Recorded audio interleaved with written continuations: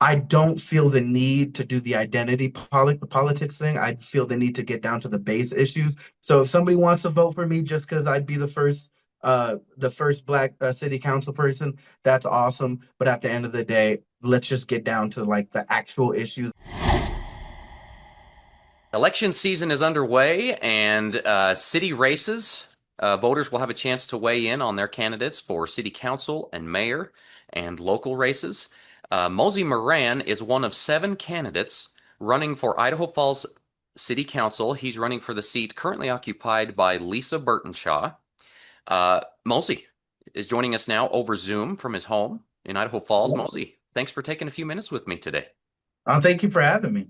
Why have you decided to run for office?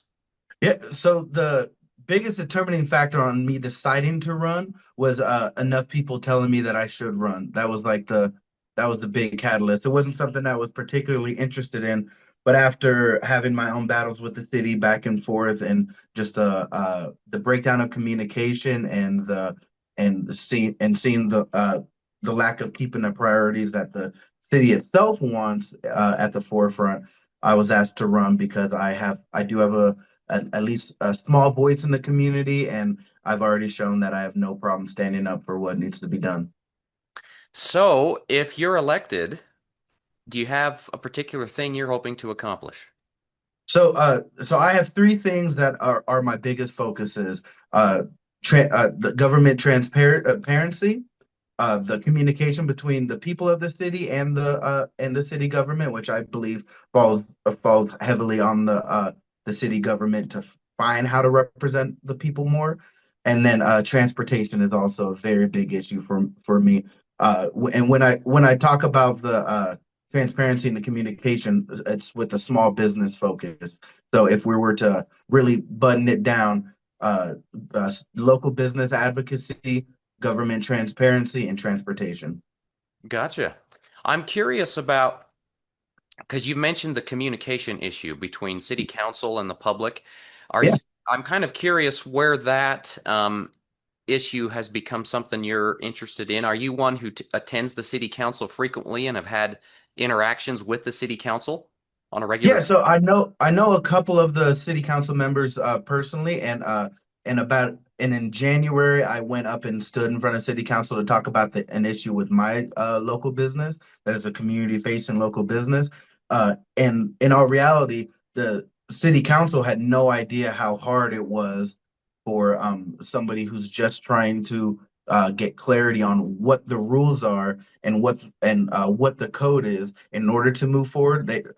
And because of what I did, there was some change made on a government level, just from saying, "Hey, you want us to follow these codes, but you don't have a clear way to for us to adhere to these codes. At the same time, you are not focusing on what the everyday people need." So those codes and transportation were among your list of things you want to accomplish. Do you have any specific goals with those? Yeah. So when it comes to local businesses and providing advocacy, I really don't mind spelling out exactly what I think it should look like, because even if I don't win, I would rather somebody take the reins and go with it. When it comes to local business advocacy, I believe that there should be a position similar to how we have in the courthouse that listens to what a local business, a local small business, or whatever the business, whatever size the business is, that says, "Hey, this is your idea. These are the steps you take to get to that idea." We do the same thing in the courthouse when it comes to things like divorce proceedings, or even just change of your own name. We have an advocate for that in the courthouse, but we don't really have the advocate when it comes to local businesses. So what ends up happening is you have businesses who try their best to be up to code, then they're not, and then they're not told what their next steps are. And so that's a big part of the local business advocacy. I believe that there should be a position, or there should just be a lot more clarity. I lean forward, creating more jobs and making sure that there's advocates who know how to uh, communicate between the people and the city departments. When it comes to transportation, transportation, local transportation, public transportation solves a multitude of our issues, even when it comes to downtown, the businesses all around the town, people with disabilities, people who are tired of traffic. It helps so many different communities that I think it's a given. It's at times it's hard to explain because we all know how rough it can be if we just don't have simple transportation. Now, Mosey, have you ever held public office before? I have not held public office, but I've been part of many nonprofits and many different local business centered committees and public committees as well. So it's so dealing with people is not really a hurdle for me. There is of course, gonna be a learning curve with anything. The biggest thing that I offer is just the connection to the community that I already have and a way to spell it plainly to the everyday people instead of just doing the runaround. We can actually get down to what the people want and not what a few people in one room want. Now, you've lived in Idaho Falls for, has it been 8 years? Oh no, I've operated my business for about 7, 8 years. I've been in Idaho Falls since I was about 14, 15 years old, and then I would visit before that when I was in middle school. And so like I'm no stranger to Idaho Falls. I've been here for most of my life. I grew up in a town right outside of Sacramento, California, Lincoln, California, that actually mirrors Idaho Falls in a lot of ways when it comes to growth, population, and demographics. So, what brought you to Idaho Falls initially when you were 14?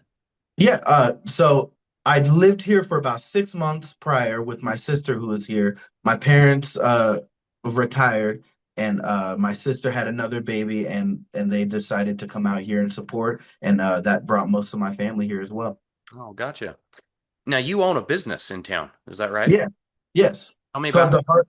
Yeah, it's called the Heart Events. We do concerts and parties with a community focus to make sure that artists have a place to lift up their talents and show themselves off and also make money for it. So we don't charge artists ever. We make sure that they're paid based off of what comes through the door. Just a place to express on a regular basis and have it, and even if it's not within the norm of what people are used to, is just their self-expression outside of what might be the normal. in conjunction with the business ownership, you said you've also served on several committees and been involved in politics in some capacity in the past. Yeah, What were those committees you were involved in? yeah. So I've on my most recent one, which has had the biggest public eye, would be the community committee, and that's the community the oh gosh the community heritage committee. There we go. Where we put on our Juneteenth celebration, our community heritage festival down by the river as well. We've done that for 2 years now, and then on top of that, I've been part of a couple different mental health focus committees. I worked at the YMCA for the longest time. I was a marketing and operations director for a while, and that had me sitting within a few committees around town. I worked mental health for 8 years, and that had me at least consulting on several different committees as well. If elected, how do you feel your background qualifies you to serve on the city council? So my whole life, since I moved here and before, has been focused on the community. And not just saying that, but actually being that. So the way that my job and my business is worked out. I am pretty busy at night. That's when most events happen. So during the day, I try to find ways to lift up the community anyways. And if we're paying somebody to be in public office, I think a fair portion of that time should be spent in the community, at local businesses, at local functions, making sure that we're not just elected and then not seen anymore, but instead we are elected to be a part of the community in a broader way, and not just when the election cycles come around. So, election day is November 4th, and Mosey is one of, like we said, 7 candidates who will be on the ballot. Mosey, I did want to mention this just for historical purposes. I verified this with the Museum of Idaho. If elected, you will be the city's first Black city council member. Do you have any I comment to make about that?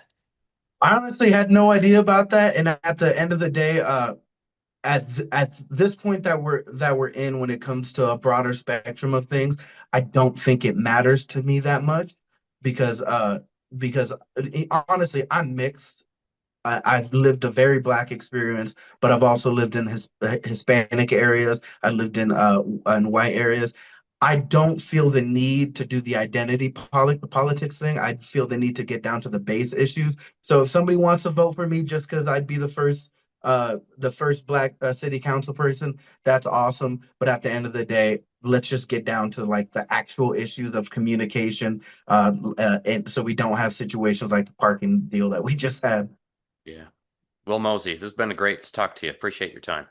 Yeah, I would. Yeah, I, at the end of the day, these are the conversation that matters to me.